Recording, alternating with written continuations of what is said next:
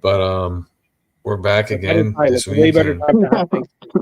Way better time to have just Thanksgiving. just take it easy, pal. All right, just okay, take it easy, you Canadian guy.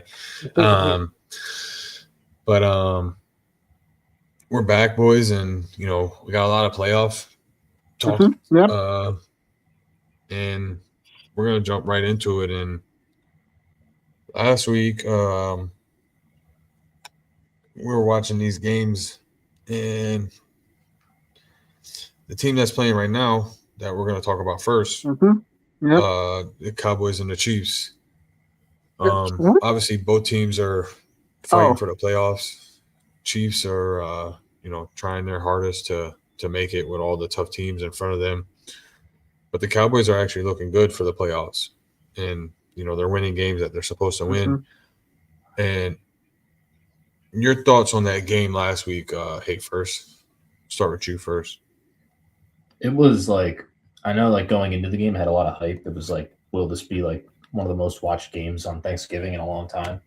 And I think it lived up to the hype. I mean, it was a great game from start to finish. I'm honestly, like you said, that the Cowboys are winning games that they should be winning. I think that they're also winning games that they shouldn't be winning now. I think a lot of people counted them out for this game, and the Chiefs. Maybe part of it is that the Chiefs have lost their luster a little bit, but you just, for years, like, the Chiefs just pull out these close games, and like you never really have much of a doubt that they're going to lose. And Patrick Mahomes did everything he could. He had 260 and 4 touchdowns, but Dak is playing really good after that interception. He really recovered well, and he threw for 320 and 2 touchdowns. So I think that they're coming together. I mean, Quinnen Williams has been incredible for them.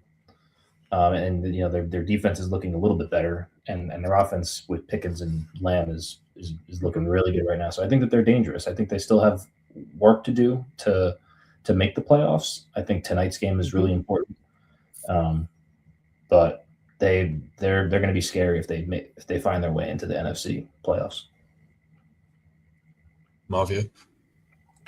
Yeah, I mean, I would agree there. It was.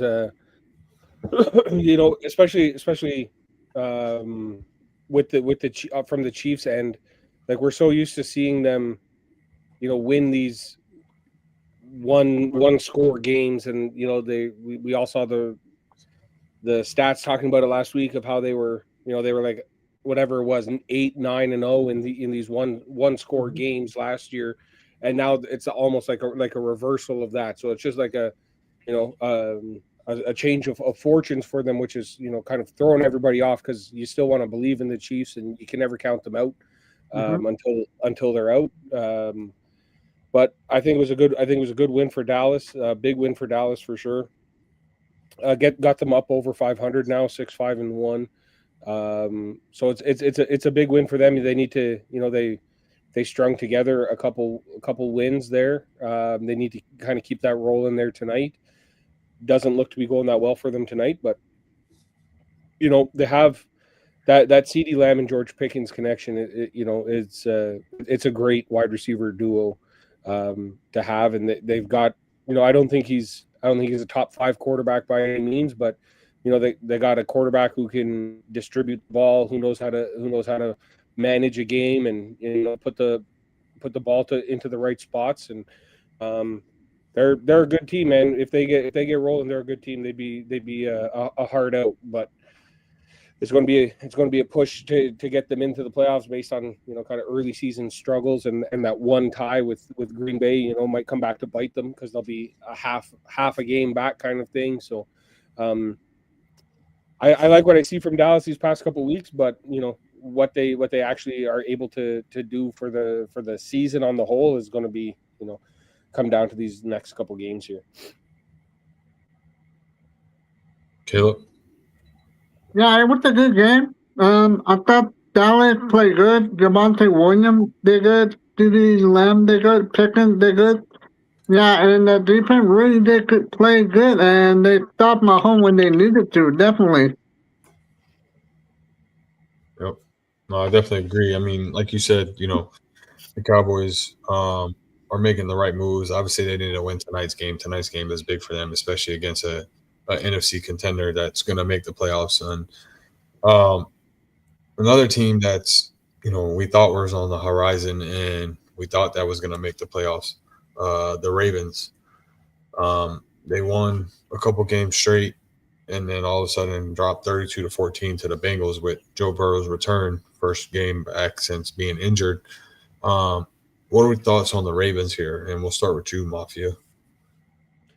Yeah, I mean, again, the Ravens, that's a tough loss. The Bengals defense, we kind of were clowning them, all year about how bad they looked. And, it doesn't matter if you have Joe Burrow or Joe Flacco in at quarterback, that defense is going to be the reason why you lose the games anyways, and like all those kind of jokes and stories were coming out. But for the Ravens to only score, what did they score? 14? Yeah, 14 points against that defense. Like that's rough. And obviously I don't want to shit talk too much the Cincinnati Bengals defense in case we put up a stinker this week too. But Lamar Jackson hasn't really looked like Lamar Jackson these past couple games. I have him on one of my fantasy teams, and I look at because I didn't watch the game, but like I look at the stat line and it's like just 150 passing yards. Like doesn't seem to be any kind of like running game. He's not rushing touchdowns. He's not throwing touchdowns. It just kind of seems to be, a little bit kind of all over the place. Not taking care of the ball. He's had some fumbles. He ended the game with 246 yards, 1 interception, and 27 rushing yards, and his QBR was 22.2. Yeah, and that's not what we're used to seeing from. That's not a vintage Lamar Jackson game for sure. No, I think on his career he averages like close to 60 rushing yards a game, and he's normally good for a couple passing touchdowns and a rushing touchdown as well. So, they just kind of see him a little bit out of sorts. Maybe it's a little bit of him still being injured and still trying to work his way back into, the quarterback that we all know that he is. But they, that injury kind of derailed their season early on, and it's going to be a battle for them to kind of get back into the playoffs. But the good thing is that whole division is kind of bad. So, Cleveland still has a shot at winning the division, So, they'll still be in it. They'll be in it right down to the last game, and we'll hopefully for them, Lamar kind of turns it around and gets back to playing like what we're used to seeing. Hey, first. Yeah, I'm not gonna lie. I was a little shocked by the outcome. The Ravens had winners of 5 straight. I know Lamar hasn't looked great since coming back from injury. Like the Jets bottled them up pretty good. They kept that game close for a while, and then I think they've had some other close games too. But they started out 1-5. Now that they were 6-5 going into the game, had a lot of momentum, and they just came up flat against a defense that's arguably one of the worst in football. Like Justin Fields put up 39 on this defense. So I just think that I don't know, something about Joe Burrow coming back, I think just uplifted that entire team and gave them like a little bit of a boost on both sides of the ball. So I think that the AFC North is really bad this year. Like, the Bengals at 4-8 are 2 games out of first place, and 6-6 is leading the division right now. And the Steelers are falling apart. The Ravens, despite having a bad season so far by their standards, they still might just walk away with this division if Lamar continues to get healthy. So I think it was a bad game for them. But I think that they're still very much alive for that division. So as long as they can shake this one off and move on to next week, I think they'll be okay. Caleb, I couldn't say more better. The Ravens look bad. Lamar is bad, and yeah. Now I was just surprising one by the Bengals, definitely, and it's gonna be a tough AFC North division. Yeah, because technically speaking, all 4 teams are still 3 teams are still in the running for that division. Yeah. So, I mean, looking at the standings for that division, you know, if the Ravens and the Steelers both drop a couple more games Mm-hmm. and the Bengals win a couple more games, the Bengals could end up winning that division. And honestly, it wouldn't surprise me if that were to happen. Joe Burrow's back. They got their wide receivers. Like the only weak spot on that team is their whole defense. That whole defense, like we said last week and the week before and the week before that, it's got more holes than Swiss cheese. So we know that. But the problem is back at the helm. They're able to score 40 points a game, so they're able to make up that weakness of their defense. So the whole thing about it is, now we were saying a couple weeks ago that the Ravens were on the Steelers' tails for that division, but now the Bengals are on both of their tails to take that division from them if they were able to win a couple more games. Yeah. And the Ravens and Steelers lose a couple more games. Mm-hmm. I know we're in week 14 already, and there's only 4 more weeks left, but anything's possible. I mean, the Ravens are 6-6, and the Bengals are 4-8. So we'll see what happens with that. Another team from last week that's playing tonight as well, back-to-back Thursday games, is the Packers and Lions. The Packers look great. We know they have their hiccups sometimes where they lose games that we don't think they should lose, or their offense doesn't look as explosive as we think that it should, with the amount of rookie or young wide receivers they have on their team. And then we question Jordan Love sometimes, but last year he had matching his career high of 4 touchdown passes in a game, with a win over the Lions to try to lock in that first place for that division. But out of both of these teams here, the Packers and the Lions, and hey, first, we'll start with you first with this question. Who scares you the most?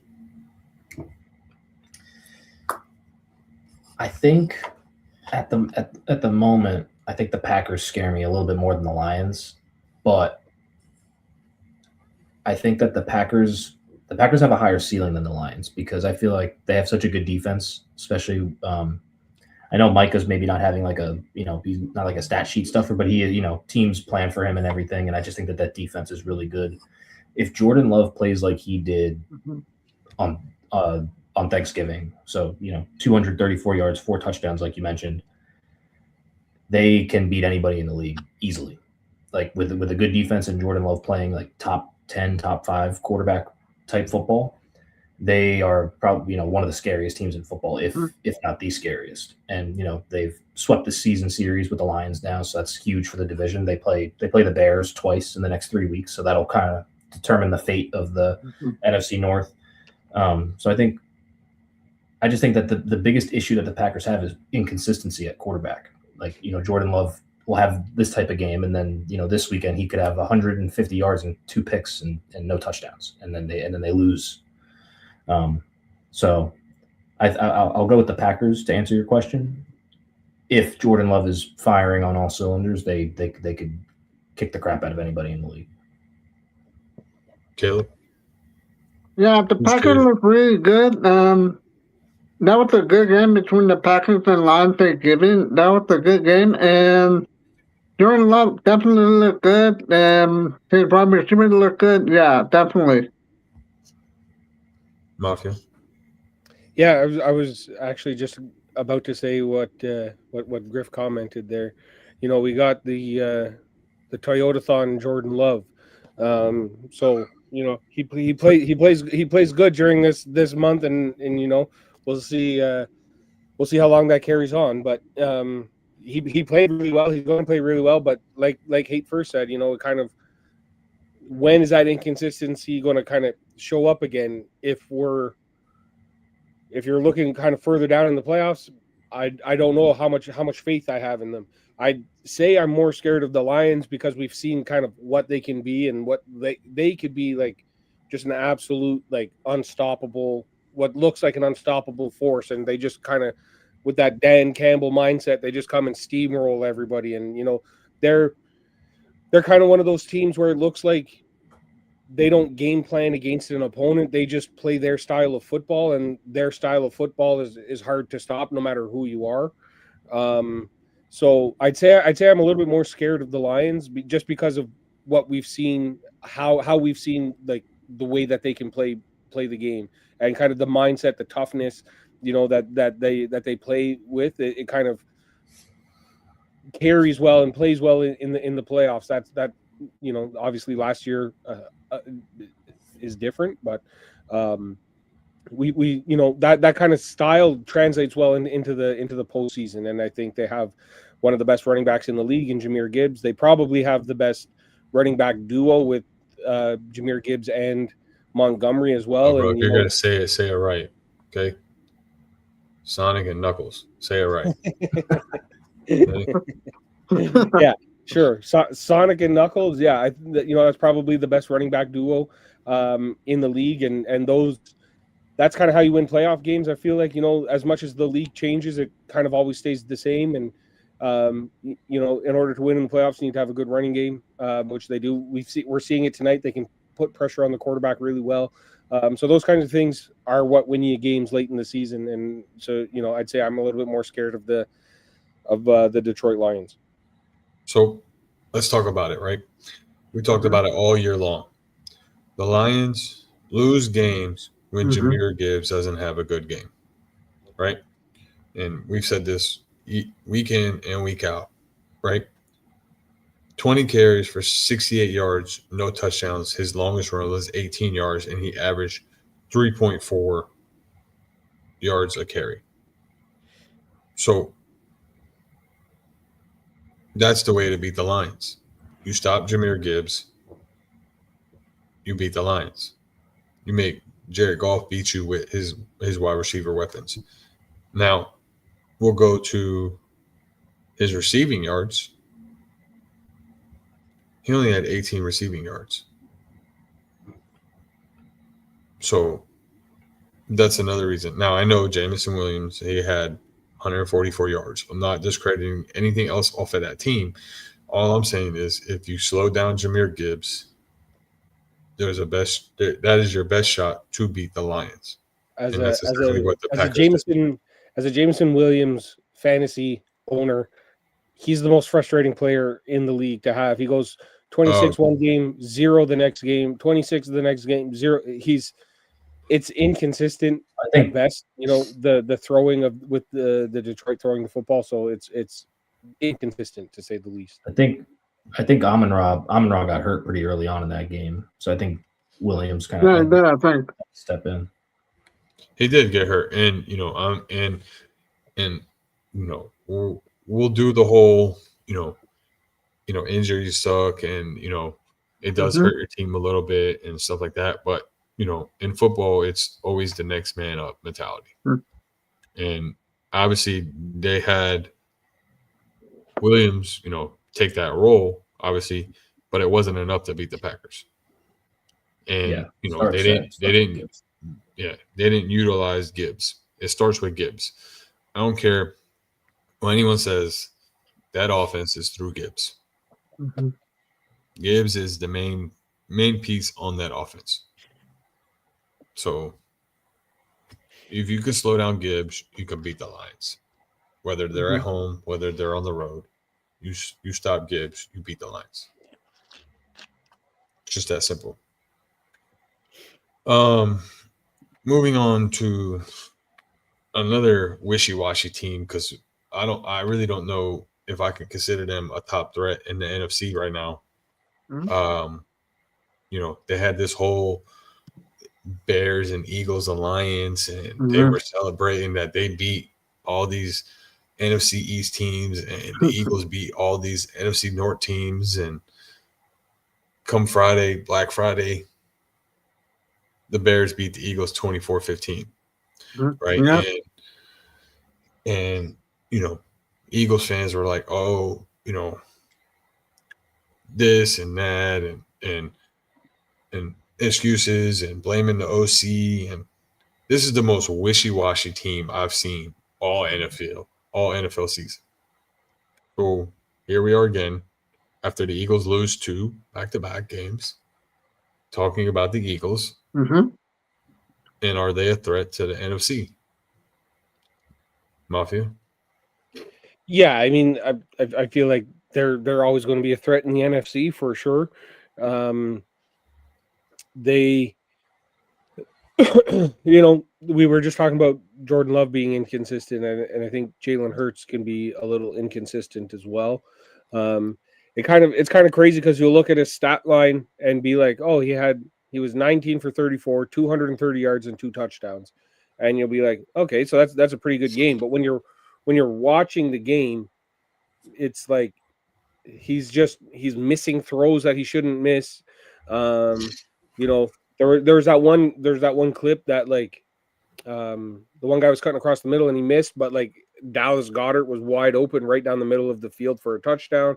He just makes some plays that you would expect him to not make those mistakes, but then he'll have games where he can throw for 4 touchdowns and get a couple rushing as well. So I think as far as a roster goes, like top to bottom, they have one of the better ones in the league, probably the best with what their offensive line is. Saquon Barkley, having an off season, but he's still Saquon Barkley in my opinion. AJ Brown, Devontae Smith, and that defense is looking pretty good. They have some issues in their secondary, but I think overall they're as stacked of a roster as you can ask for in the NFL, and I think they're a good team. They just I think they just kind of laid an egg against that last game against the Bears. Take first.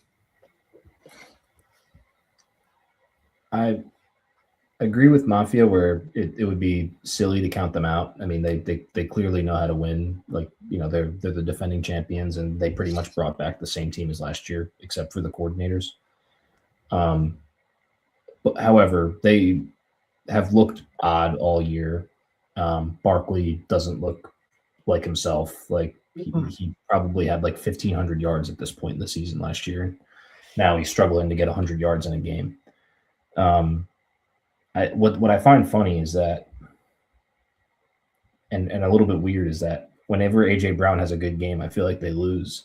But whenever they don't target him, they look better and they win games against good teams, because they have had a pretty hard schedule this year, and they're still 8-4 after it all.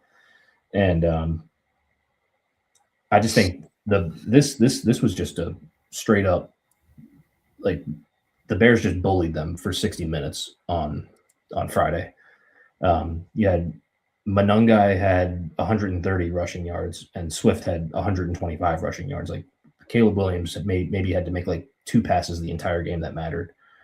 And they just, I feel like I've heard things about the Eagles front, like, oh, like they have a wall up front, and I didn't see it that game. I feel like every single rushing play that the Bears ran was going for like 1st and 10. It was 2nd and 2, 2nd and 1, and they just had no problems at all gashing that front. So I think that the Eagles are a flawed team right now, but I do think that if they can figure out whatever issues they have and kind of right the ship, I think that they can, still be a threat in the NFC. Caleb? Yeah, they looked at the opponent. The Eagles do, and they need to let Saquon does not look. He looked worse than last year. He had like a lot of yards, and he's struggling to get 100 per game, and they're not winning games. Then yeah. Yeah, no, I mean, all of y'all said it. Barkley is obviously the main point of that game, of that offense, and they're not utilizing him like they did last year. Obviously, we knew he was going to take a step back and not be as effective as he was last year. But the thing about it, though, is they're not utilizing him at all. And that offensive coordinator is just not making plays for him to get the ball. And, they're not running the ball as much as they did last year. And it's very disappointing, honestly, because, as a Giants fan, yeah, I've said things about Barkley, but but as a football player, he's one of the top running backs in the league. You understand what I'm saying? So why not utilize him and use him as best as you possibly can? And they're literally not doing that at all, and it's driving Eagle fans crazy, and it's driving sport fans insane because you're not utilizing your best weapon on your team. So Yeah, I don't know, man. I feel like but Bills fans are guilty of this as well. We've been doing it this year to our offensive coordinator as well.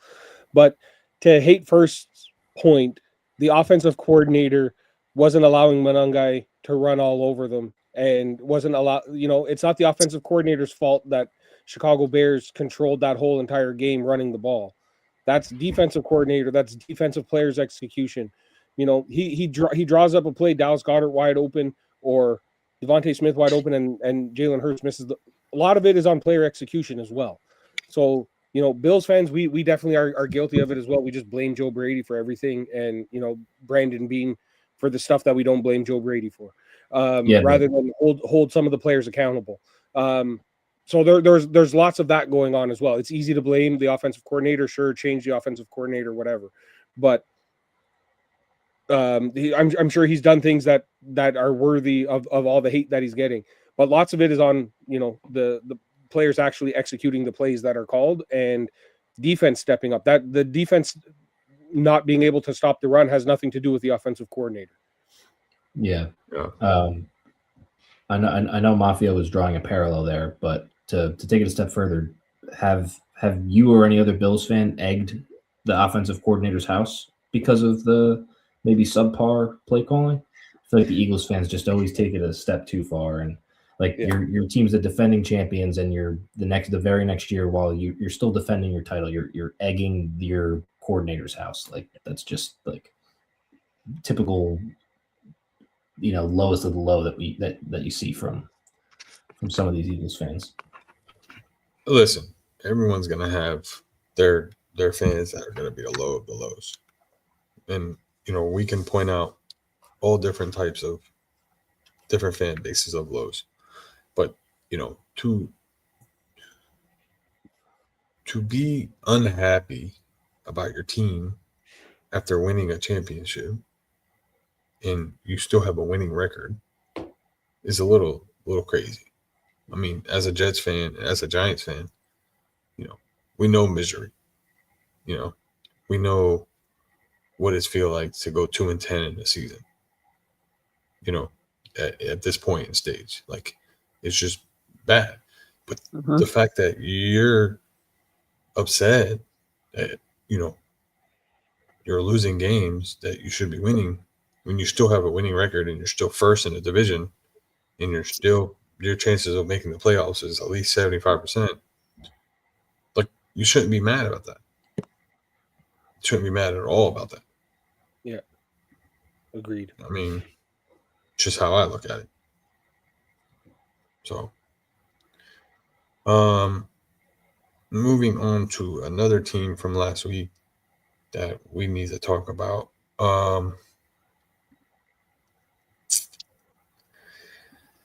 What about the Jags, man? First in the division. We talked about it all year. They were wishy-washy. Now they're first in the division. They got a big matchup against the Colts coming up. Are we worried about them, or that's just another team that doesn't throw a threat in the AFC side? Mafia.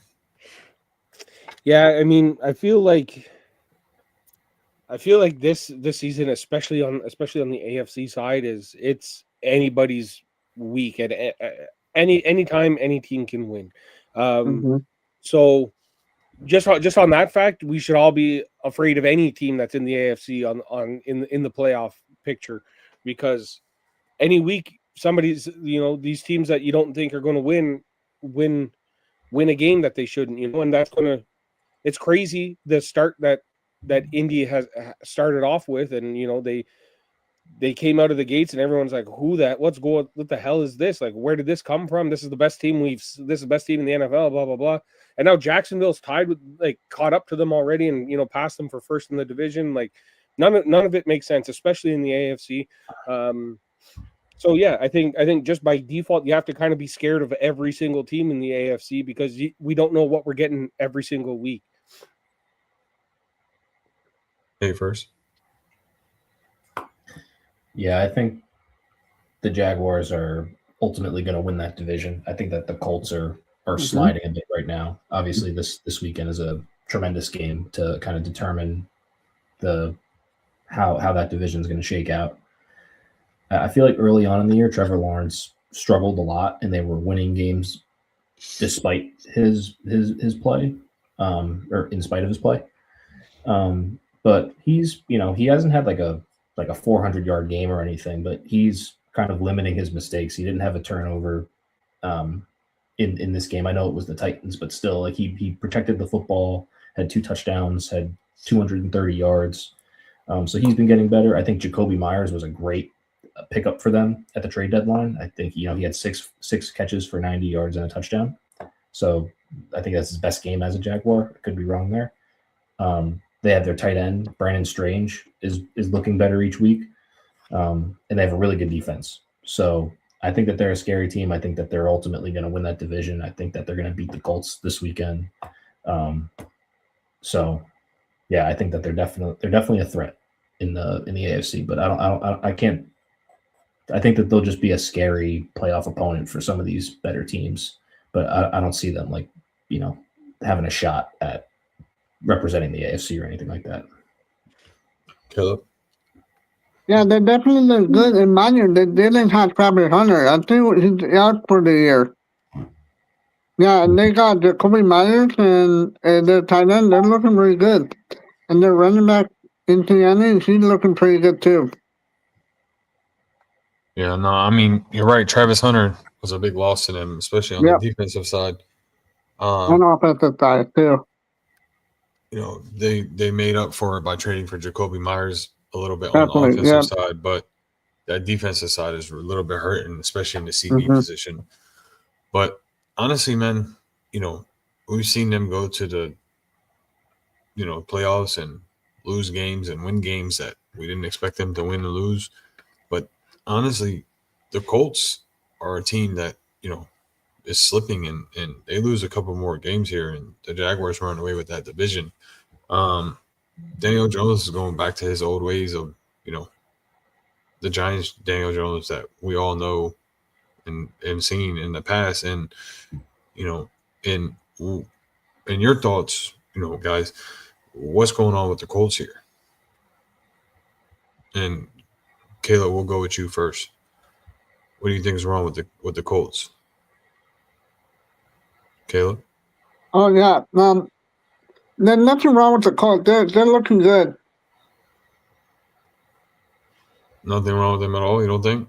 Yeah, I don't think so. And I think I saw CD got hurt just now. Oh, he did. Helmet off. Yeah, yeah. He's going to the locker room. Mafia, thoughts on the Colts? Yeah, I mean it's tough to judge Daniel Jones' performance when he's playing on whatever a broken bone in his leg. It's tough to to say if he's playing well or not. He didn't look that great because he is battling that injury. But I think kind of the book is out on how to stop the Colts, and the teams that have beaten them have all stopped Jonathan Taylor. That's it's not an easy task, but if that's like we were saying about the Detroit Lions with stopping Jahmyr Gibbs, if you can contain Jonathan Taylor, you're gonna beat them. Every team that's beaten them has held him in check. So that's kind of the main thing for them is getting him involved, making sure he gets the ball a lot, in all kinds of situations, getting him involved in the run game and or passing game and stuff like that as well is huge for that team. Because Daniel Jones, like you said, we're seeing the New York Giants version of Daniel Jones. So they need to get the ball into Jonathan Taylor's hands as often as possible. And I feel like they're kind of not doing that, and that's kind of the reason why they've been losing some of these games. Hey, first. Yeah, I think that the Colts have some issues. I think that Daniel Jones clearly, I think it was a good story. Like Indiana Jones, like he looked great. I think they're off to 7-1 start. Yeah, and Griff with the stat there, pretty much what Mafia was saying. Like if you can keep Taylor in check, then you pretty much have the formula to beat the Colts. But I do think that leg injury is hampering Daniel Jones. Credit to him for playing through it, but he had one rush for 1 yard. Like when we saw Daniel Jones at his best when the Giants made the playoffs that 1 year, he was a dual threat quarterback. He could burn you at any time with his legs if the play blew up.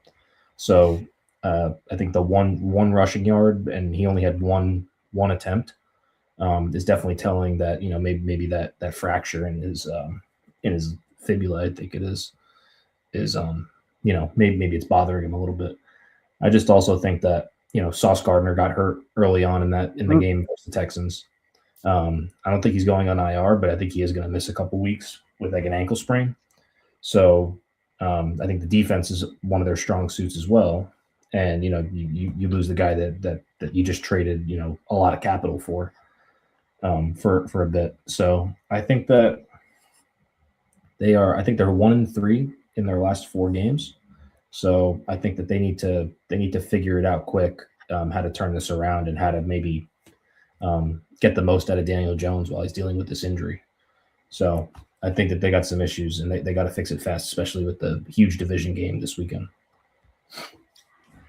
Well, you got the Jaguars at 8-4.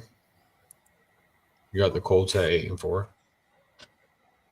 And the team that everyone counted out after 3 weeks, the Houston Texans, at 7-5. So we all knew this division was going to be a toss-up. We just didn't know how and which way it was going to be a toss-up. But out of those three teams, which team would you be more worried about in the playoffs? Definitely Colts. Mafia? For me, it'd be the Houston Texans. I think that defense is scary good. It's maybe I still have PTSD from that game that we played against them. But that Texans defense is scary, man. And the old saying, the best offense is a good defense. So they have a really, really good defense. Tough to move the ball on them. They can get pressure on the quarterback. They can take the ball away. So for me, it's the Texans. They also feel like they're, I like their head coach, DeMeco Ryans. I like kind of the mentality, the attitude that they play with. CJ Stroud seems like he's kind of coming back after a down year last year. He seems to kind of be finding his stride a little bit in the league. And I think they need help in the running game, but they have Nico Collins, who's a good wide receiver. And I think based just strictly on that defense, I'd say Houston Texans. Hey, first. Yeah, I would agree. I know a few minutes ago I said that I think that the Jaguars are going to win that division. I do think that they're going to win the game this weekend. The Texans did beat them earlier in the year. I know Davis Mills led a comeback against them, so I kind of forgot about that. I think the Jaguars have the best chance at winning the division, but if the Texans find a way to sneak into the playoffs, whether that's the wild card or if they can, climb up and win the division, I don't think any team is going to want to play them. Even if, CJ Stroud hasn't looked like rookie year CJ Stroud in a while. Like they were suffocating teams with Davis Mills at quarterback on defense and like, making Davis Mills' job pretty easy. Giving him shorter fields, forcing turnovers. They sacked Allen what it felt like 20 times in that game. And Allen's a guy who doesn't go down easily. He can normally escape trouble. But they were collapsing the pocket in like record time. So I think that they're the team where if they find a way to sneak into the playoffs, like whoever gets matched up against them is, gonna hate that, and they're gonna struggle. So, All right, you ready for this? Pretty scary. You ready for this? Texans' last 5 games. Ready? Mhm. Chiefs, Cardinals, Raiders, Chargers, ends with the Colts. Right? Colts, last 5 games. Jaguars, Hawks, Niners, Colts, Texans. Jaguars, Texans. That's Okay. brutal. Very brutal.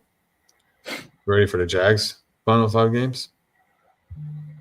Colts, Jets, Broncos, Colts, Titans. The Texans have the easiest schedule there. So,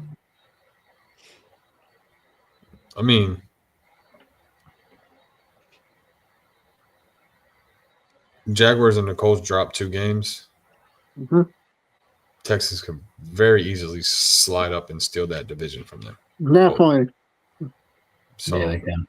They can. it's gonna be Yeah. a tight race to the end, and obviously, we're here for it. Texans have I think they have a shot to. Is it this weekend?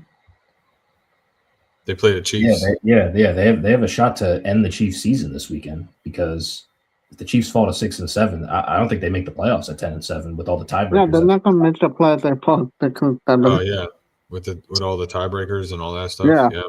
The Jaguars have the tiebreaker over them. The Texans would then have the tiebreaker over them if they beat them. Yeah. The Bills Yeah, have the tiebreaker over them. Mm-hmm. Yeah, Bills too. We just had to throw that in there, huh? Hey, we never talk about the Bills around here. So Yeah, we never talk about the Bills. No, you're right. Never talk about the Bills. A couple more games from last week that I want to talk about before we move forward. Mhm. Panthers with the upset over the Rams. Panthers are now in first place of that division. Yeah, I think so, aren't they? I think the Bucks have a tiebreaker. But I think Oh yeah. Well, no. Oh, the Bucks are half game ahead. Yeah, the Bucks don't the Bucks have their bye this week, or the Panthers have their bye this week? Something. The Panthers Yeah. do. The Yeah, Bucks are Panthers. 7-5, and the Panthers are 7-6. Yeah. So, well, they're at least tied for first. Put it that way. With that win over the Rams, though, that helped them tremendously a lot. And what do you think happened in that game there? And Mafia, we'll start with you. Well, I mean, like we said, this is kind of the season where any team can win on any given Sunday. I had the Rams.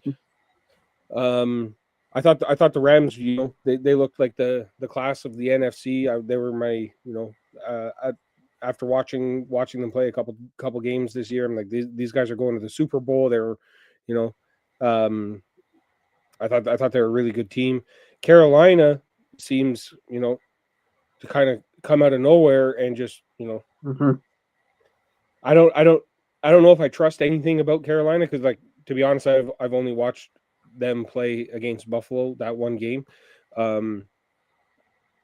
So I don't know what to make of the Carolina Panthers. I don't have any faith in Bryce Young as a quarterback. I don't really, I feel like they had Rico Dowdle going early in the season, and I feel like they kind of went away from that and are kind of now, trying to split it with Chuba Hubbard a little bit, but I feel like they need to just go back to Rico Dowdle, a lot of Rico Dowdle. But yeah, I think it's just, a weird game. I think Stafford had, some turnovers that, he normally doesn't have, and you don't really expect that from him. So I don't think it's the end of the world for the Rams. But yeah, good. It's a good win for the Patriots or Panthers. Yeah, we won't be talking about that game. So you keep that game in your back pocket there, bud. Yeah, so hey, first. Yeah, I feel like every time we talk about the Panthers on this show, I can't help but think of when a few shows ago when I said that they might not win a game the rest of the season. They've proven me wrong there. I think that the biggest thing for the Panthers in this game is that they went out and took that game from the Rams. Stafford had gone. I think he threw a touchdown, and I think he broke Brady's record for most touchdowns without an interception in a row.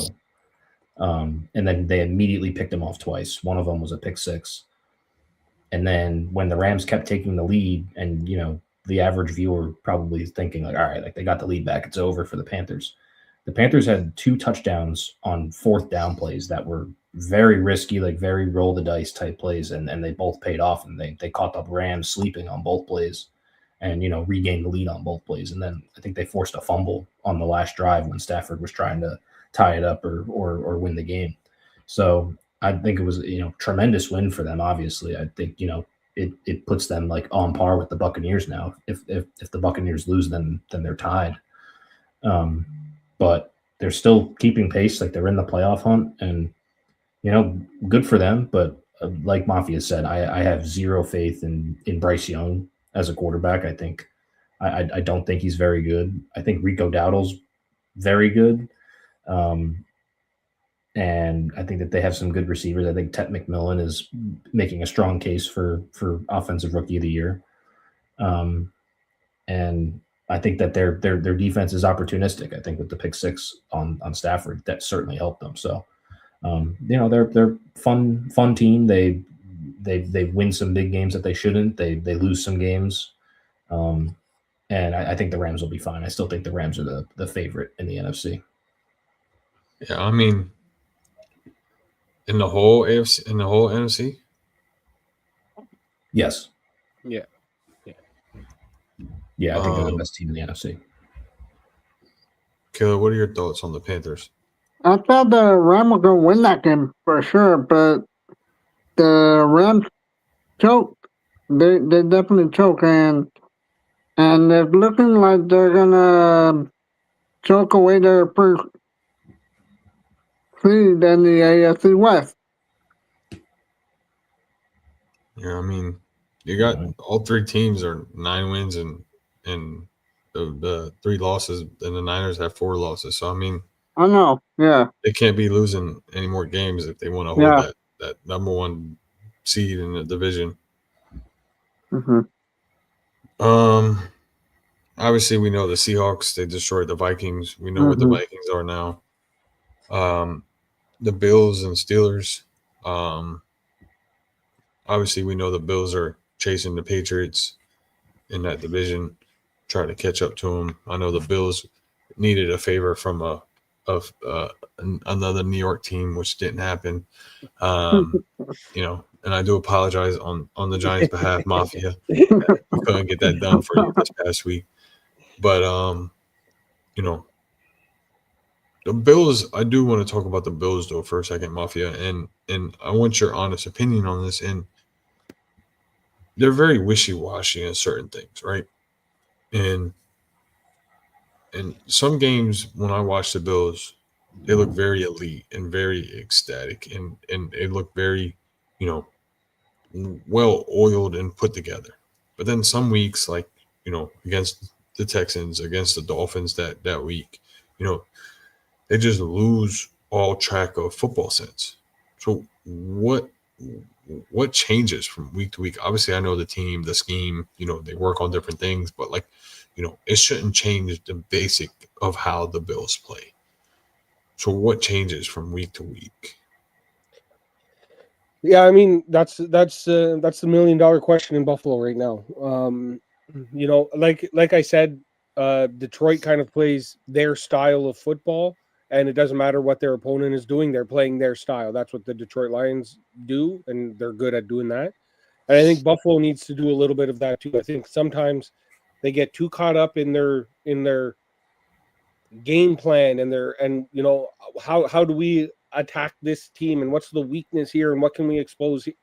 Just play your style of football, and then I feel like you'll be a little bit less inconsistent. And what we see with Buffalo has been consistent for the past couple of years now is playing down to their opponents. But also when they play they play up to good opponents and they play down to bad opponents. That's how you get an inconsistent team. And if you look at the Bills last couple of games, they've beaten Kansas City, they've lost to Miami, then they went and beat Tampa Bay, then they lose to Houston, and now they beat Pittsburgh. That is the definition of inconsistency. And I feel like the main problem there is coaching. Like I said, anytime I feel like me personally, anytime your team is this inconsistent, it's a coaching problem. It's your coaches not getting the teams set at the right time to be ready to play, and with the right scheme, the right play calls, the right everything, the right players in place, everything. For me, it's a coaching failure, and that's why we see this inconsistent team. As far as the game on Sunday against Pittsburgh, this is what we should be doing every single week. I don't care who's lined up against us. We were missing both of our tackles this game, and we set a record for rushing yards in Pittsburgh for a visiting team. That is something that we can do every single week, is we can go in and we can run the ball. Doesn't matter what our team looks like. We should be able to do that against everybody. And we don't. I feel like we've seen the Tampa Bay game where we can put the whole game on Josh Allen's shoulders and he'll go out there and score 6 touchdowns. And, that's one way that we can win. It's much easier. It's much more consistent. It's much more reliable to have a running game that'll get you 150, 200 rushing yards a game and a couple touchdowns. And you go out there, dominate time of possession, dominate the field position, dominate everything else about the game, and you just handle your business and win. And I feel like that's what they need to do rather than trying to get too cute with it. We've seen Sean McDermott say a bunch of times this year, we were too cute, all this kind of stuff. Just go out there, play bully ball. That's what we do best. Just go out there and do it. It doesn't matter who we're up against. So week in and week out, you don't care who touches the ball. You want to see the same style of play week in and week out. Yeah, 100%. We don't have a wide receiver that you can rely on. Josh Palmer. You don't have a wide receiver you can rely on, or is it that Josh Allen doesn't trust his wide receivers? Which one is it? It's we don't have one that you can rely on. Josh Palmer was our big offseason acquisition. He's missed 50% of the games. Keon Coleman's supposed to be was our big our number one draft pick. I still love him. I love him. That's homegrown. But that's a homegrown boy. Easy. Easy. But he is not. I love him. I love the person that he is. I don't love the football player that he is. We saw him get a touchdown against Pittsburgh, but that was kind of late in the game, garbage time. And Khalil Shakir, he's great. He's a reliable guy who can catch the ball, but he cannot be your wide receiver one on your team. He's too small. He's too much of a slot guy and a screen catching guy. We don't have a true wide receiver one. So we need to do what we did on Sunday against Pittsburgh, and that's how we win games, is relying on, I don't care if it's James Cook, Ty Johnson, Ray Davis, Josh Allen running the football. We need to be a running team. Hey, first, any thoughts on that?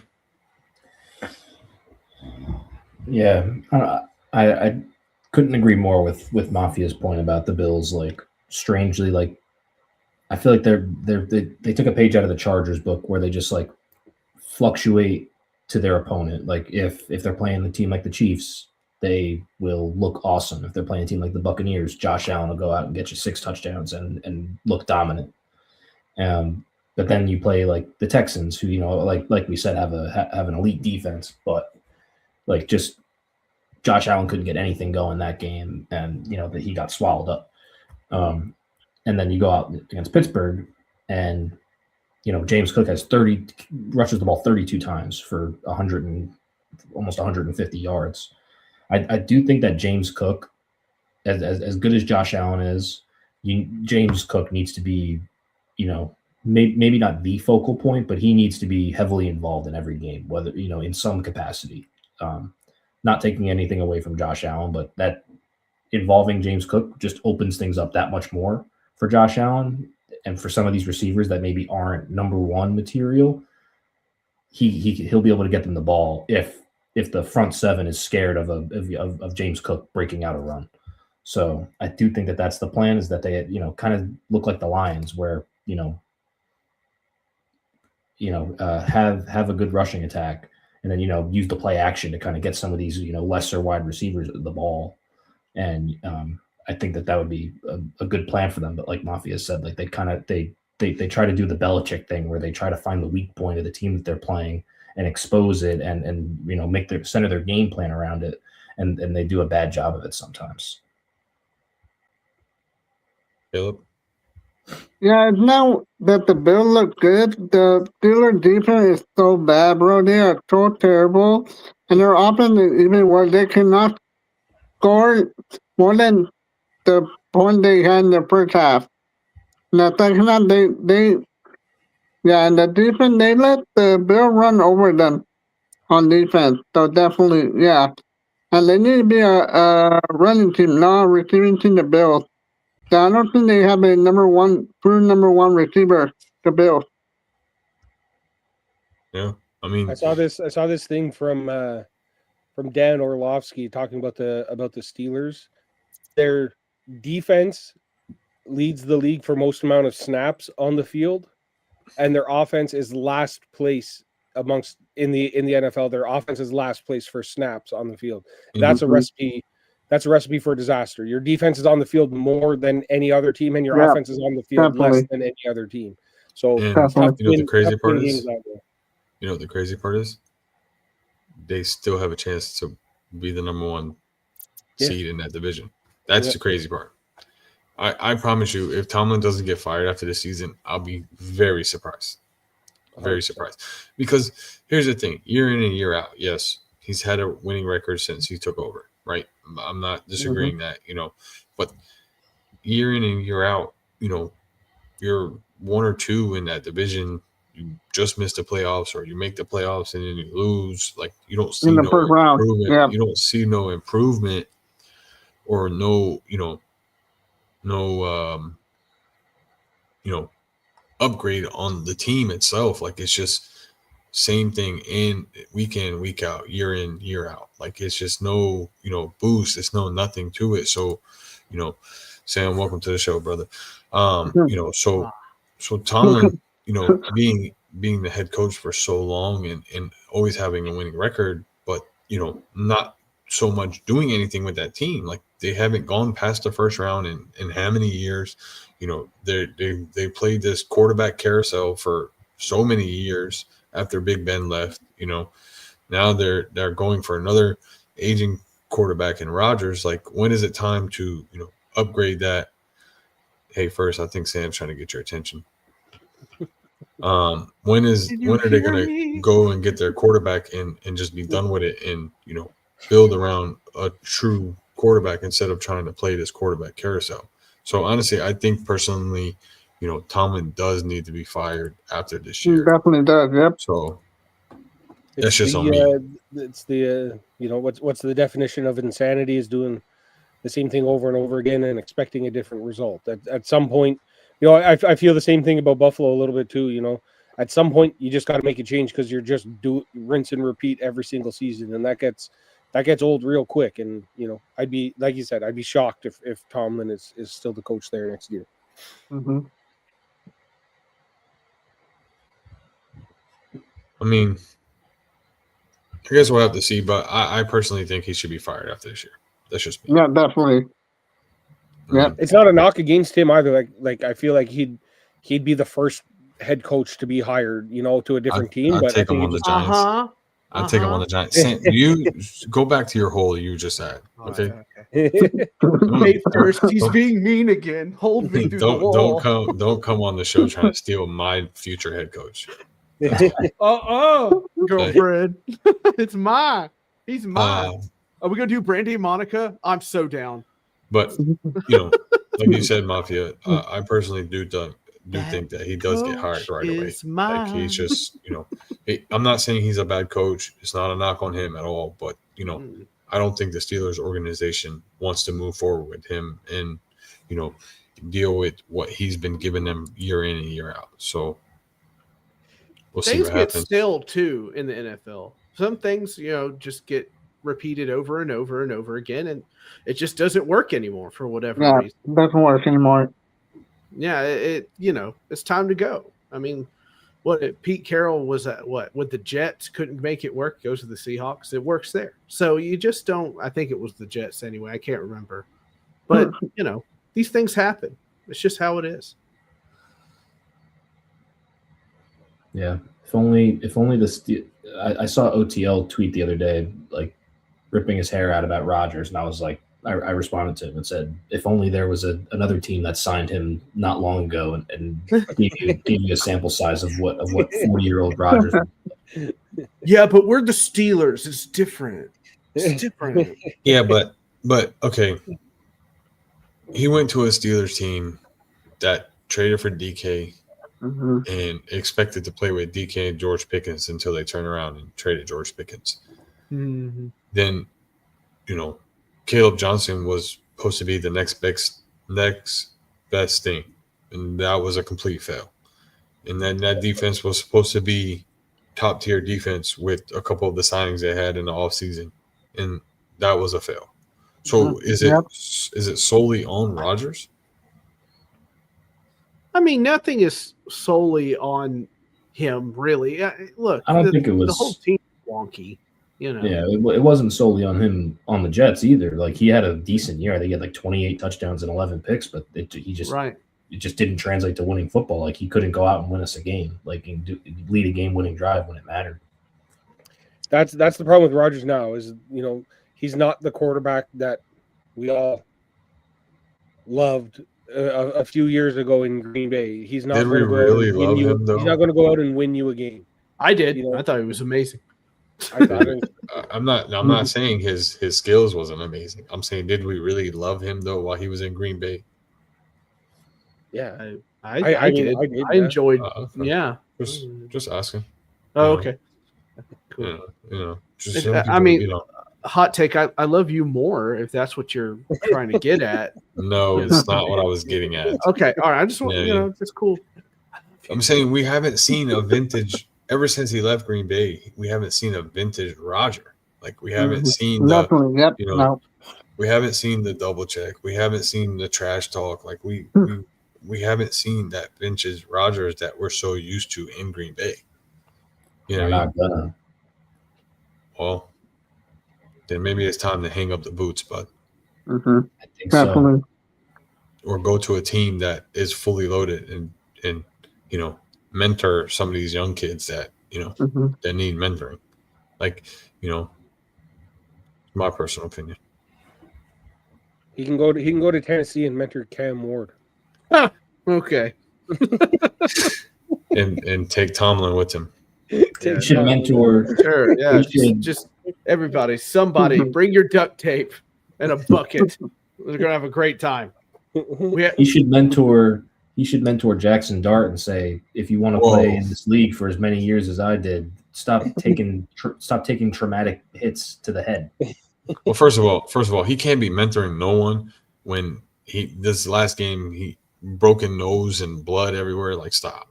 You can't be mentoring anyone with that. Like, what? He's playing with a broken wrist. Like, come on. You know what I He's mean? been in the league 20 years. Jackson Dart. As a Giants fan, why does Sam come on the show and then why does Sam come on the show and you just become an instant Giant hater? Like, what? Like, did you need backup? Who doesn't like attention? I mean, come on. Like, did you need the backup to like just start clowning on the Giants because you know Sam is going to join you? Did you not see the script? I'm sorry, my bad. I thought I emailed it to He's- everybody. He's the franchise cornerstone going for you. You gotta protect him. Yeah, of course. I'm not disagreeing with you, but like, why did this come out now? Like, I saw an not talking- opportunity. I saw an opportunity and I took it. I told you earlier. I said The that Giants, Lannisters send their I told you regards. earlier that Giants Patriots game we weren't talking about. We were tucking that in our back pockets and not talking about the game. Fair enough. Hey, well, since you brought it up, we might as well talk about it now, and then we'll move on to the next week. You know. Oh, I No, love but your hot you're take. but hey, first you're completely right though, and you know, and it's something that he's gonna have to adjust to, right? And it's something that he's gonna have to learn how to either go out of bounds or slide, or you know, Mhm. not take so many hits, right? And we've seen quarterbacks do that. We've seen them Mhm. adjust. Yep. We've seen them try to do their best. Now, sometimes it happens. You can't control it, right? You take hits, right? But you know, as a quarterback, you should always protect yourself first. You know, we've seen Jaden Daniels from last year to this year. I know he's hurt this year off of just a normal tackle, but from last year to this year, at the beginning of the season of this year, you know, he wasn't taking as many hits. He was, you know, running out of bounds. He was, you know, avoiding the hits that he took from the year before. So it's possible to adjust. You know, you just have to put yourself in that position to learn how to adjust from taking hits. You know, it is a contact sport, so you're going to get hit. But to get hit on 80% of your runs is a little, you know, overdoing it, because, you know, you are a quarterback. You don't have, you know, the pads that, you know, wide receivers have that normally take hits, or linemen that take hits. Once you get hit like that, you know, the first thing they're going to do is test you for a concussion. I mean, the kids had 6 concussions already, supposedly, according to the news this year. Concussion, like checked for concussion 6 times, or Yeah. six concussions? No, 6, like checked for 6 times concussions yeah, because of the amount of hits he's had. And I think he's had 3 concussions. He was in 3 concussion protocols in the games he's played this year. So, I mean, you are right, though. I wasn't disagreeing with you at all. You know what I mean? So it's going to be a learning experience for him, and learning how to adjust to not take hits. You know what I mean? Or you can be like Cam Ward and just get sacked. You know, it's no big deal. You know, but the opposite side. Come on, and everybody's a Titans hater. Yes. But on the other side of that, you know, and as both of y'all having the Patriots in your division, you know, is it bringing back the 2000 vibes for y'all? No. No, this is there. I'm one of those guys who jumped on the schedule excuse for the Patriots. I think that the Bills was their, you know, one of their better wins. I forget who else. They beat one other good team. I'm drawing a blank. But Well, you already know I got the schedule up, so we'll yeah, go who through did they it. play last week before the Bills? Oh no, it was The Jets. Bengals, The Bengals, and the Jets, the Buccaneers, Oh, the the Buccaneers. Falcons. The Buccaneers and the Bills are their best wins this year, and the rest of the games are against like bottom feeders. So I think Drake May is as good as advertised. I do think he's a very good quarterback, and he's going to continue to get better. But they're not really that battle tested, in my opinion. And I think that they're going to make the playoffs. They might even get the 1 seed. But I just don't think that they're going to come ready for the playoff environment, because they're going to be playing all teams that are, you know, above average. And I think a lot of their schedule has been against below average teams.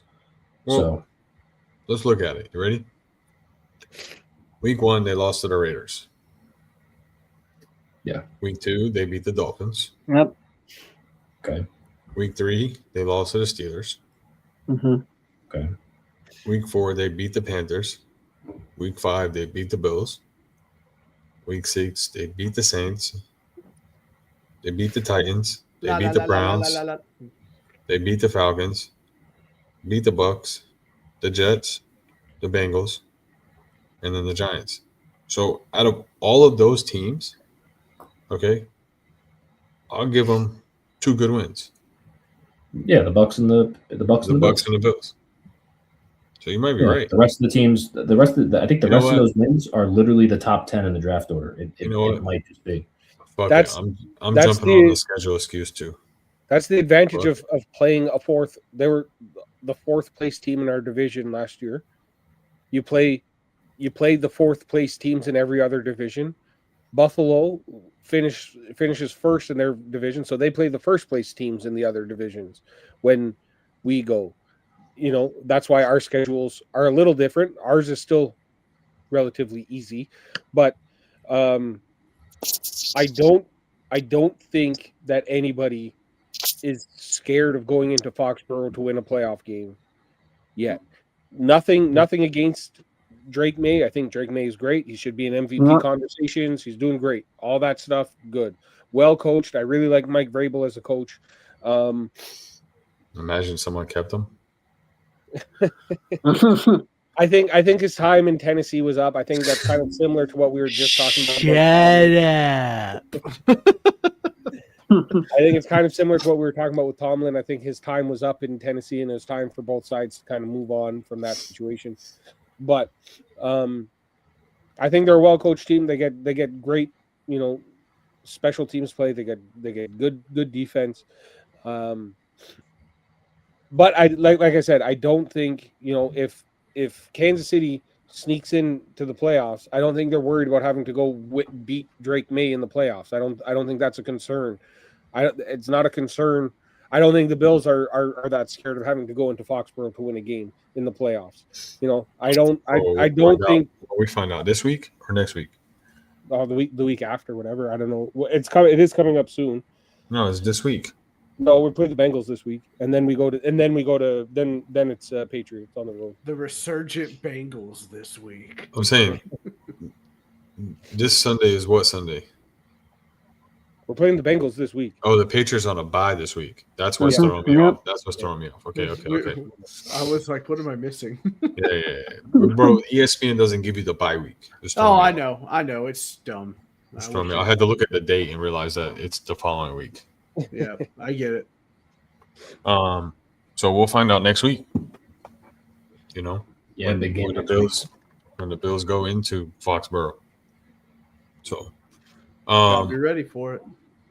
but Sam, But I mean, even at that, like a divisional round playoff game is different than what's going to be next week in Fox. Like, I just think it's a whole different thing altogether for that whole Patriots team. Even though they're playing well right now, I just think playoff time is different for every team that's involved in it.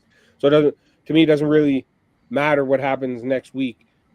It's going to be it's a whole different team. It's a whole different feeling around it. There's different attention. There's different.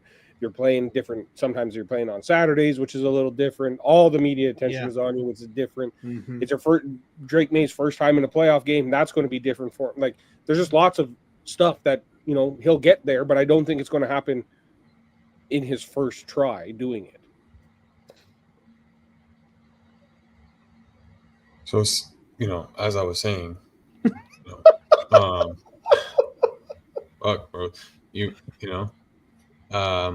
Sam, anything from last week that you want to talk about before we move on to the following week?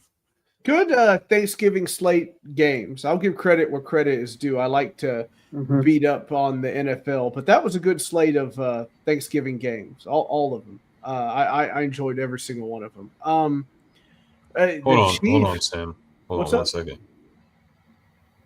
Please reread your comment and then explain that to me, because I don't know what that says.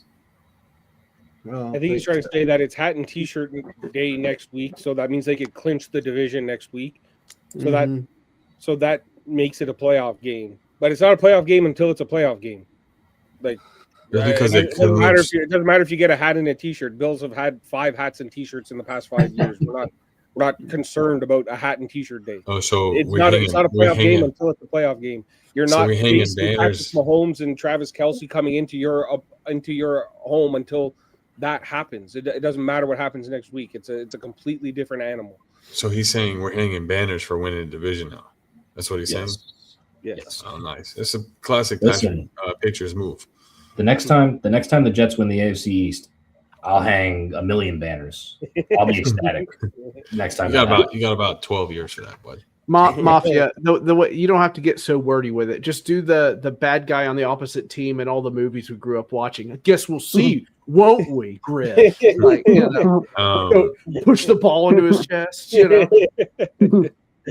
Come on, you were boys, saying, we're you outta were here. saying great Thanksgiving slate, and it was a very good Thanksgiving slate. I think those I 3 enjoyed games were very good. Yeah, I had a good time watching those games. I felt watching the Eagles and the Bears, though enjoyable, I saw a lot of missed. Oh God, here we go. Dick measuring contest. Anyway, so wonderful. But I mean, there was just a lot of missed passes to wide open receivers from both quarterbacks, from Hurts and Caleb Williams. And of course, I said something about that on my TikTok. Can you imagine how well that went over in Bears Nation? Not good. The answer is not good. Yeah. Anyway, so, but I mean, other than that, like last week, I can't really complain. Other than I thought Carolina winning was great. I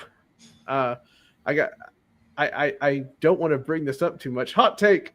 What is Abdul Carter doing in the middle of meetings, my man? What are we doing? Watching porn, bud. Fucking bro. So let me tell you why I got aggravated, right? So He's watching cheeks getting clapped. so that fake account Wesley, whatever his name is, right? Yeah. Posts that Abdul Carter gets benched for the first quarter or whatever it was for watching porn in a team meeting, and then fucking Underdog goes and posts saying Abdul Carter is now starting in the game with parentheses around it, pornography. I'm like, what? Like, you're $1 million account and you're posting something from a fake account. Like, are we serious right now? I wanted his like phone to connect to somebody's Bluetooth, and all of a sudden it was like, "What are you doing, step bro?" Like, you know, like just it makes one random no player with sense. his headphones But on. no, but what? So what really happened though, supposedly through the news and through the scouts that are part of the Giants team and stuff, is he's supposedly not paying attention in the film room and like just doing things that he shouldn't be doing. But so he's been benched 4 times already this year, twice from Dable and now twice from Kafka. So rough. I mean, he's a great player, bro. It's just you got to get your shit together. Yeah, I don't care how great this is the Pac-Man Jones mentality, Yeah, right? I don't He care was how great great for you us too, but he, was a freaking idiot. Reporters walked up to him one time when he's at his locker, and before they say anything, they're like, "Hey, Pac-Man," he goes, "I don't know nothing about the cockfight." That's the first words out of his mouth, and everybody goes, "What?" He goes, "Oh, okay. What's going on, guys?" Like, that's the kind of thing you're dealing with. You got to get it under control. Wasn't Abdul Carter also disciplined for like just being late to a few meetings? Yeah, that too, bro. Like he's got that I don't care mentality, and he's got to break that. Yeah, Brian Burns was making comments just like he's like, I'm trying to get it through to him, like trying to be a good mentor. I mean, Brian Burns is as good a mentor as any, so hopefully he can turn this around for him so it doesn't become a reoccurring issue. Yeah. But yeah, I enjoyed last week's slate of games. Felt bad for the Vikings. I didn't know Will Levis played for the Vikings, but apparently he does. I mean, just that was rough. Oof. I started having like PTSD middle watching it. I was like, not again, not again. But anyway, yeah, I thought last week was one of the best weeks in football, to be honest with you. Lots of close games, only just a couple of blowouts. So yeah, I enjoyed it. So on to week 14, boys. We're here. We're on the Cincinnati. We're on the last Cincinnati. 5 games Week of the 14. season. Yeah, we're on Cincinnati. This football season has flown by. Normally my season ended back in October, right before Halloween. Has it flown by? Because I feel it's like a long, dragging, like I'm holding on to the back of the car. Well, the see, no, asphalt hitting me in the Sam, face. Sam, the thing is, with me, you, and Hate First, our season is drag. Right. We're in misery. Oh, don't include me in this. The Jets still have a 6% chance to make the Oh my playoffs. God! Take that 6% They're not chance. eliminated yet. They're not Take that eliminated yet. 6% chance. Maybe next week I'll be a part of your guys' group. We're still in playoff contention until we're mathematically eliminated. Well, you're Contention is doing a lot of heavy lifting there. Contention is doing a lot of heavy lifting. in my eyes, you're mathematically eliminated. You hear that hot take? So. He doesn't want to hang out with us. He thinks he's too cool.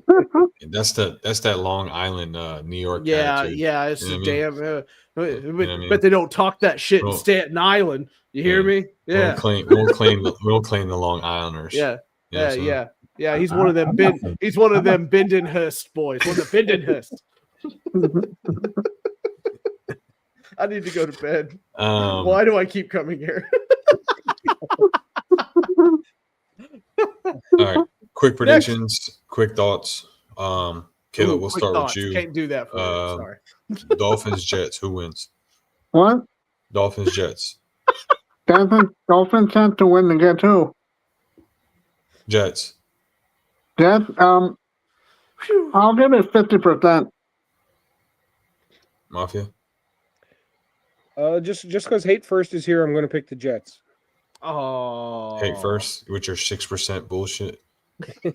Just to keep The those Jets- playoff hopes alive, I'll pick the Jets. The Jets are going to win, and their playoff chance is going to go from 6 to 6.5%. I swear to And God, I bro, love every I second. really thought you were gonna say 6'7", and I was gonna jump through this fucking camera. I swear to God. Okay, I think the Jets get revenge on the Dolphins for that. Miami does not like the cold. Let's go Jets. Yep. I mean, who does like the cold? Let's be real here. I mean, I kind of like it. Yeah, It's fine. yeah, it's fine. Yeah. We're making it work. We're making it work. Says the people that live in states that snow. Thank God. What's snow? I wish. What's that? I got sleet. That's all I get. Steelers, Ravens, Sam. Wolf. Boy, I think the Ravens rebound here. I think that team is way too talented. What a catch and run. I think that team's way too talented. They got to bounce back here, and we're getting really desperate between these two teams. But I just feel like there's more star power on the Ravens than there is Pittsburgh at the moment. So I'm going to go Ravens. Hey, first. Don't feel great about it, though. I think the Ravens are going to win. I think the Steelers are an absolute mess right now. So give me the Ravens. Definitely, yeah. Caleb. Ravens. I got to pick against my team here. They look like a mess here. Ravens. Mafia. Yeah, to me, it's just two teams kind of heading in the opposite direction. So I'll take the Ravens here. Ships that pass in the night. I wanted to bring up this comment from Griff earlier. No one in the North deserves a playoff spot, right? And I saved this comment because how many times have we seen teams with a losing record in the playoffs? Mm-hmm. Happens all the time, right? Mm-hmm. Yep. We've seen it throughout the years. We've seen it in the NFC West Mhm. with those teams for a very long time. We've seen it, in NFC South. the AFC South, the NFC South. Yeah. You know what I mean? We've seen it multiple times year in and year out.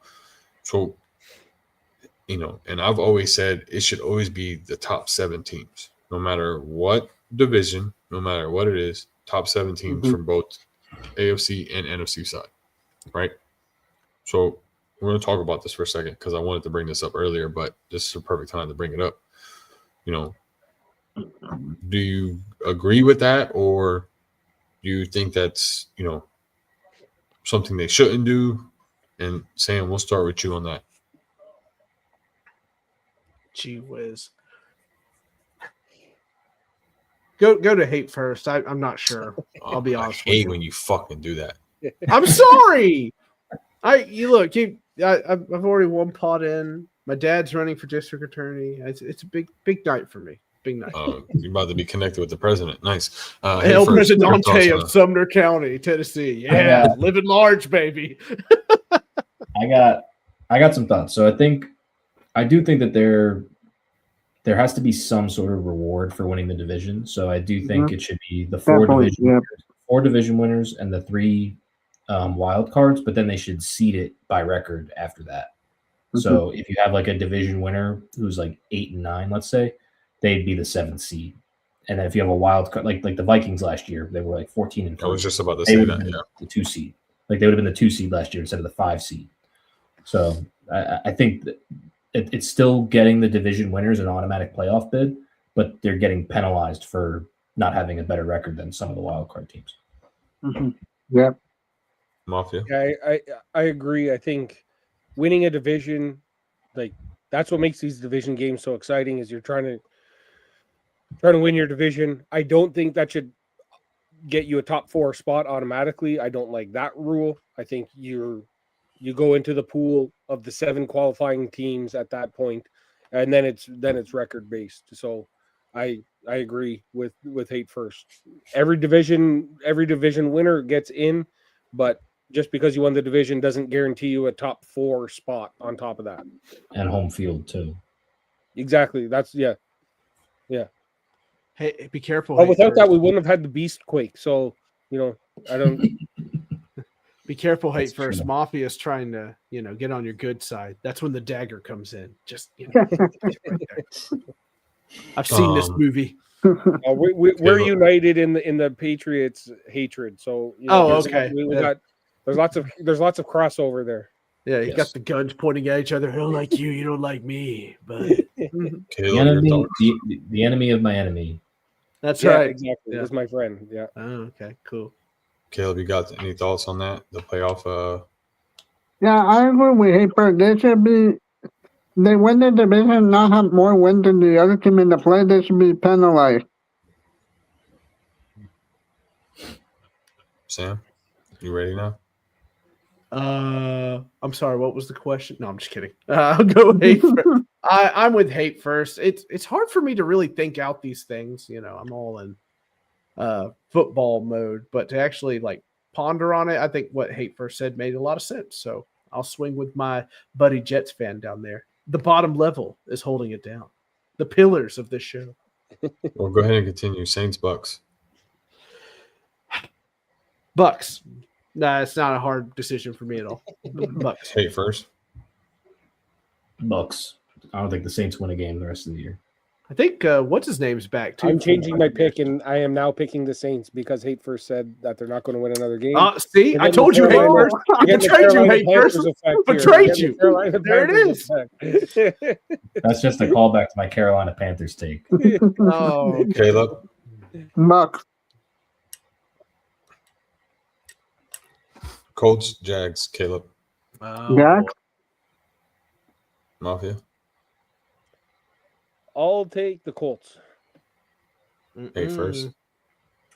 I'm gonna take the Jags. I think to Sam's disdain, I think that Trevor Lawrence is finally starting to look like a decent quarterback. That's as far as I'll go for now. So A decent. Okay, I can give you decent. I'll give you decent. That's it. All right. Sam. Colts have not won in Jacksonville in a very long time. Jacksonville's going to win the game until proven otherwise. I had to pick Jacksonville. This actually might be the shit bowl of the year. No, that's in Cleveland on Sunday. Thank you. Yeah, that's the game I'm talking about. Oh, okay. I thought you were still talking about Colts and Jags. I was like, weird, but all right, cool. Titans, Browns, Sam.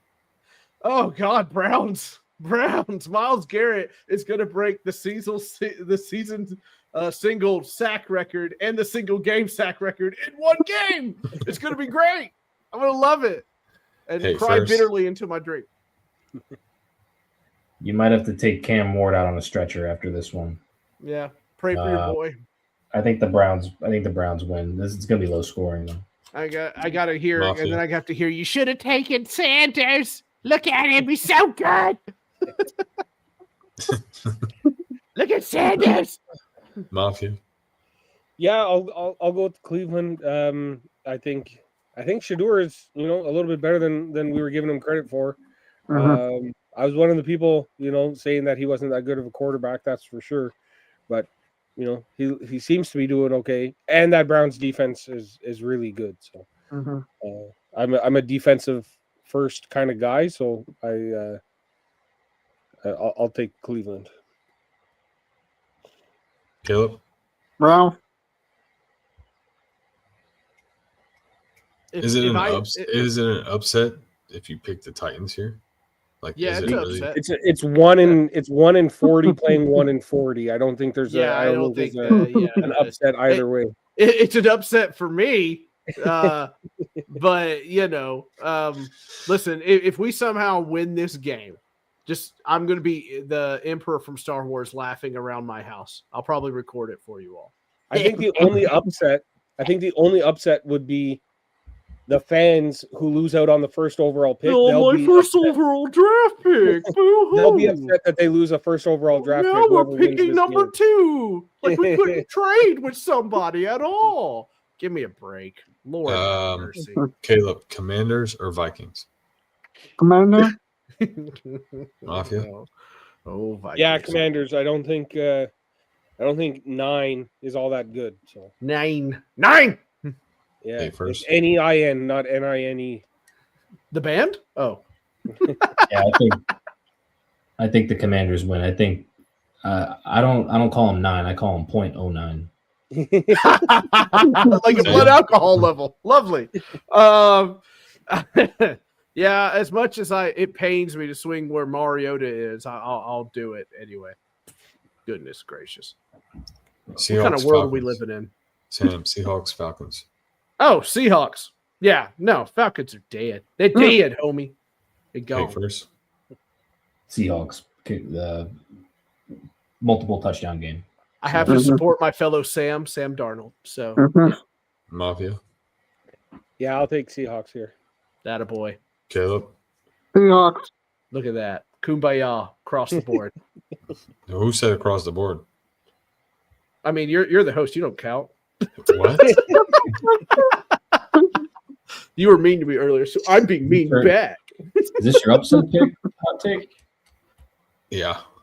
I just did. I wanted to save it, but yeah. Yeah, you were going to save it for your weird intro with the weird noise and everything. with the Abdul Carter noise. Here comes the Yeah. hot take. I should change that to that. I swear. Caleb, Oh. Bengals, Bills. Oh, what a play. Caleb, Bengals, Bills. Bill. Mafia. Mafia intimidated him. That's the only reason he picked it. Who? I'm taking the Bills this week. You're just taking the Bills this week. Just taking. Nice. Hey, first. That defense in Cincinnati's bad, man. It is. It is not good. Hey, I first. think the Bills' defense is a little bit on the not great side as well, especially their secondary at times. So I think Burrow gets another big win, and I think the Bengals start to make it real interesting in that division. Sam. I think it goes to overtime. I think it's tight, but in the end, Joey B wins. Oh. Oh, I'm a lone wolf here, all by myself. Oh, Homer take. Wait, Overtake. hey, first said Bengals? I said Bengals. Oh, wow. I Beats thought I was going to be the Bears, only one. Battlestar Galactica. Honestly, I think Josh Allen throws 2 interceptions and the Bengals win by 10. Oh. Does that mean Mafia won't be on the show next Thursday? No. Mafia's always on the show. Unless he's got a random softball Unless he, game. He's gotta go play. except when he's not. Broncos, Raiders, Sam. Oh, Broncos. Even if it's just in the fourth quarter, Broncos. Young Ryan Fitzpatrick. I mean, Bo Nix. Hey, He's first. going to get it done. The Broncos are gonna win, but it's gonna be just as ugly as the last Broncos Raiders game. It's gonna be like 17-13 or some crap. It's going to be gross. Mafia. Yeah, I'll take Broncos. Caleb. Broncos. Broncos. Bears, Packers. Caleb. Oh, Bears. here it is. Oh, here we go. Mafia. I'll go Bears. I'll pick the Bears in this one. I think it's going to be a tight game. Ooh-wee. But I like Ben Johnson as a coach. I like kind of some of the trick plays and the how creative he gets in the play calling. And if they can run the ball like they did like they did there last week, I think they're a tough team to stop. They're the best defense at taking the ball away. And I mean, it is Toyotathon Jordan Love, so we don't really know. He might be really efficient this week, but Toyotathon Jordan Love. I think I ultimately I think it's going to be the Bears who win. Oh, shoot! Hey, first. I'm gonna take the Packers. I think, but I think the Bears keep it interesting. Sam. Bears will definitely keep it interesting, but historically, the Packers the words of Aaron Rodgers, they own you. So they're going to be ready for this game, and the cheese takes it. Oh, man. I think the Packers win that one, man, at home. Yeah. I really do think so. Matt LaFleur's found his balls again.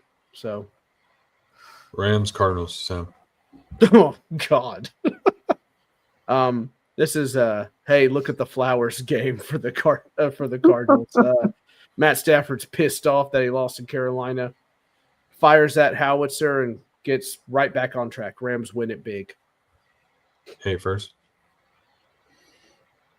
Oh, Yeah, I don't think do the- it, hate first. I think the Rams Okay. You that slight pause. I was like, don't do this, hate first. Don't. No, don't do so this. I think the Rams win, but I think it's like not like as much of a. I think it'll be like closer than a lot of people think. Does Jacoby Brissett get 48 passes completed? Mafia. Yeah, I mean, there's no team I'm more disappointed in this year than the Arizona Cardinals. I feel like I've said that a couple I'm times. on this so show. shocked, really. I really thought they am. were going to be a lot better than they are. So, but I mean, like I said earlier, I think Rams are the class of the NFC. I think they steamroll the Cardinals. Caleb. Ram. Dodge Texas. Ram. Yeah, it's good truck. Sam, shut up. Texans, Chiefs, Caleb. Chiefs. Mafia. This one, I think this one is it's tough. It is very difficult. Chiefs backs are up against the wall here, and that's not it's not a time to be picking against the Chiefs when they're in this kind of a situation. So I'll At lean home. Chiefs here. Slight lean towards the Chiefs. For me, it's really close to a 50-50, but Yeah. I'll lean slightly to the Chiefs. It's a 3-point swing too. So Hey, first. I agree with what Mafia said, but I'm picking the Texans. I think the Chiefs season ends this weekend. At least I really hope it does. That's what I'm hoping for. oh my But God. what I want to see and what I think will happen are two different things. What I want to see is Pat Mahomes looking like Josh Allen did against the Texans, just getting blown up every play. I thought you guys were allies. What the hell? Anyway. Sam. Texans, Chiefs. I'm going Chiefs here, even with 3 backup offensive linemen. Mahomes is still Mahomes. There's going to be something that he's going to do. It might be hero ball, it might be whatever. But I'll tell you what, I'll think differently of Mahomes if he loses this game. If he loses it. Monday night game. No Jalen Carter. Eagles, Chargers. Sam. I think something's wrong in Philly. I've called him the powder keg on this show before. I think it's about to explode. So, Chargers. Hey, first. I think the Chargers win, and AJ Brown has like 150 yards and 2 touchdowns. Who's throwing him the ball? Oh, I'm just kidding. No. Mafia. I'll go Eagles here. As little faith as I have in Jalen Hurts, I have even less in Justin Herbert. So Herbert. He's not playing. Yeah. Well, we don't know, but yeah, it's most likely it's that poor guy from the San Francisco. What's his name? You know, the guy that was like backup. Oh shoot, Trey Lance. Trey Lance. Lance, Yeah, yep. yeah. Thank you. Yeah. well, if it's Trey Lance, then it's 100% chance going to be the Eagles to win the game. I love you, Trey. Don't listen to him. Caleb, Eagles, He don't Chargers. mean. He I don't got mean it. Chargers. Well, I think the Chargers win that game. But you boys know what time it is. Time for the hot takes. That's Sam's favorite animation. You want to hear it again, Sam? No. Time for the hot takes. Damn you, sir. Damn you. You can't do it. You can't do a hot take without a hot take. So It's Spit something it about out. the computer-generated voice. It just throws me off so bad. spit your hot take out when you got it. All right.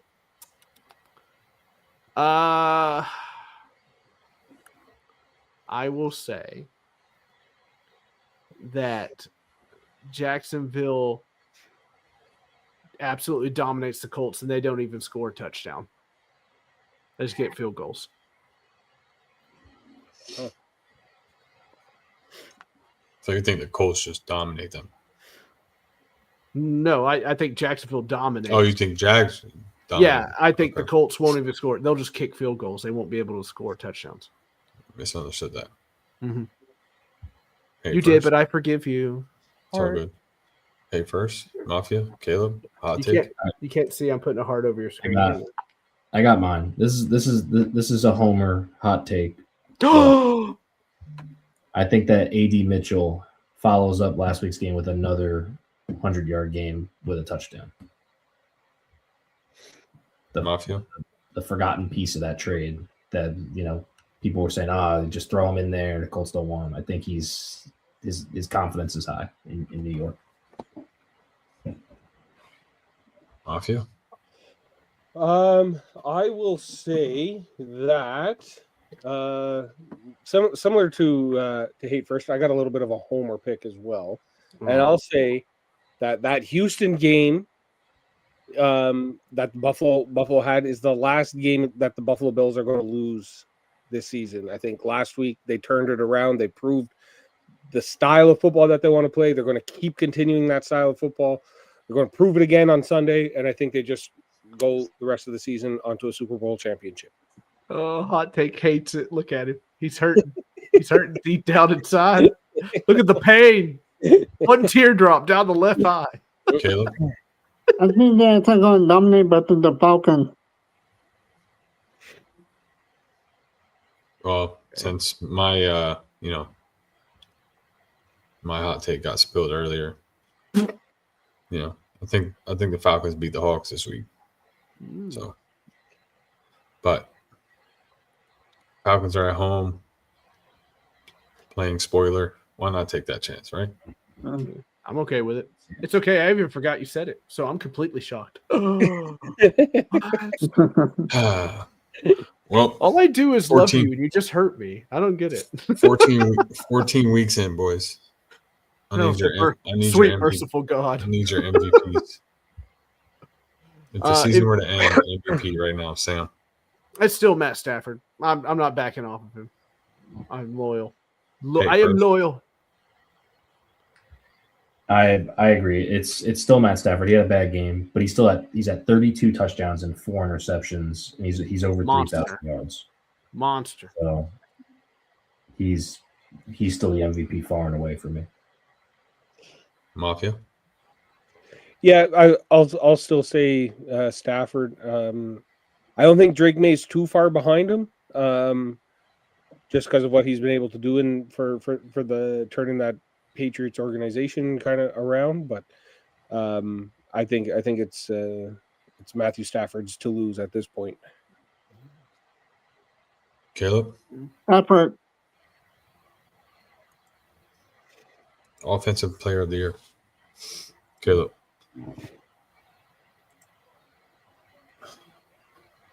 Caleb. What? I said effort. No, offensive player of the year. Offensive player of the year. Offensive play. Oh, JSN. Mafia. Yeah, JSN for me.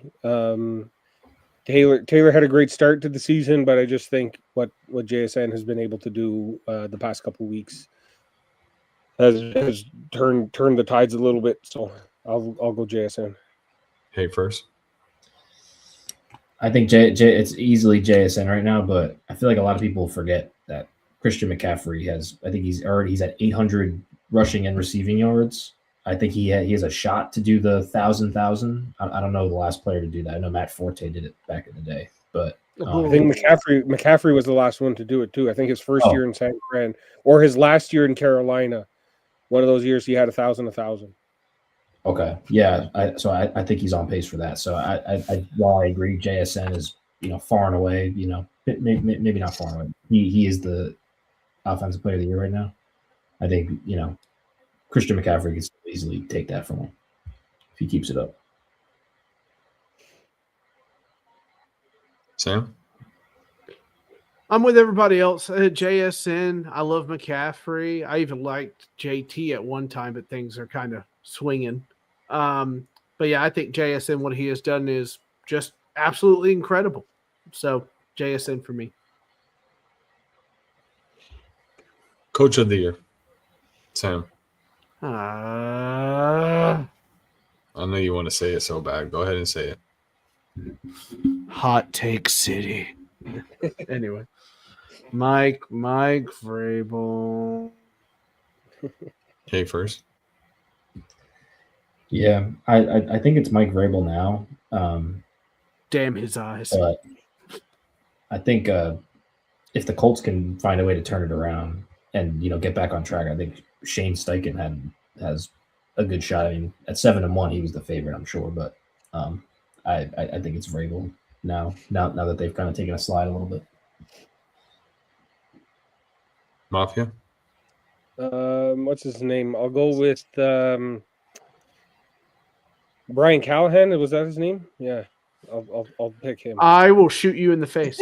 And he's unemployed, so you can't pick him. Nice try, Bills man. No, it's smart. it's Vrabel. It's Vrabel. That's painful enough. Trust me, you're still hurting. Caleb, coach of the year. Still hurting me. Vrabel. Nice. Vrabel. I made you out. Well, it's that time, boys. Anything that we didn't talk about, that we should have talked about, that needs to be talked about. Our feelings. No, no one cares about your feelings. That's not true. Hate First does. He told me not to bring it out in public, but he cares. No, I don't think he does. Just a little bit.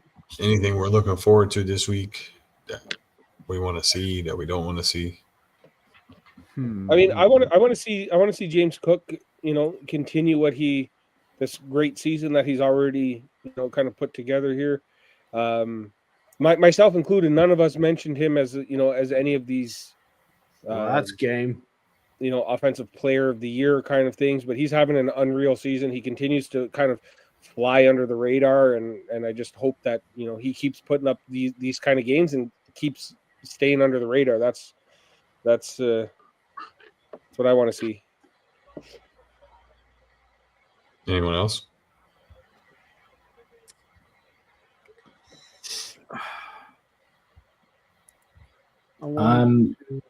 I already mentioned it, but I'm looking forward to a nice hate watch of the Chiefs. Potentially see the dynasty ball this weekend.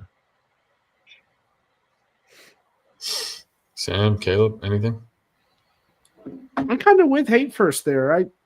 Really thinking about it. Yeah. Them going down would be crazy. And sometimes these things happen and you don't get back up afterwards. So we'll see. Anything, Caleb? I'm looking forward to see the Monday night game. I think it's going to be a good game. Mhm. Well, boys, I think that wraps up this week's show. Sam, Ugh. tell the people where they can find you at and what you got going on. In hate first DMs, first of all. Second of all, I threw him off there. He was so stoic. I'm gonna be on Fanboys Unleashed every Friday at 8:30 p.m. Central Time. Gonna talk NFL, the storylines going on, Abdul Carter search history, and I will be on Sunday evening at 8:30 p.m. to do after game takes, breaking down the rest of this Titans game and then the rest of the NFL games as well. So feel free to catch me there. Follow me on X. Hey, first. Yeah, Hey, you can find- watch. Hey, watch. Hey, watch. Hey, watch. You can find me the same name as my display name there, Hate First Sports. You can find me on X. You can find me on YouTube. You can find me on TikTok. I'll be live on TikTok this Sunday at noon Eastern time, previewing the Jets Dolphins game. So yeah, that's when you'll see me live next. Also follow the TikTok. I post stupid videos that mostly just me wallowing in self-pity about the Jets. But yeah, would appreciate a follow. Mafia. Yeah, on all social media, I'm at Mafia Members Pod. Check me out on X, YouTube. Yeah, I'll be. I try and come back on this show as many times as you guys will have me, and yeah, I just kind of that's where you can find me, and I just kind of post there whenever I can. Caleb. You can find me on X on Caleb Panda Boss, and that's it. Well, boys, you know where to find me at. Username right there, Yeah, Hot I Take do. City 904. Mhm. Sam, zip it. At Hot Take City 904, you can follow our sports podium page at 224 on YouTube, X, and TikTok. I appreciate you boys for joining me. It's always a pleasure having y'all on. Until next week. Yep. Peace. Peace.